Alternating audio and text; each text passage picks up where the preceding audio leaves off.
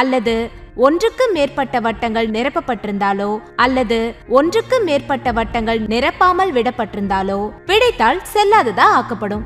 நீங்க எந்த வட்டத்தை கருமையாக்குறீங்களோ அதுதான் இறுதியானதா இருக்கும். அப்புறம் அரை கண்காணிப்பாளர் வருகை பதிவேடு கொடுப்பாரு.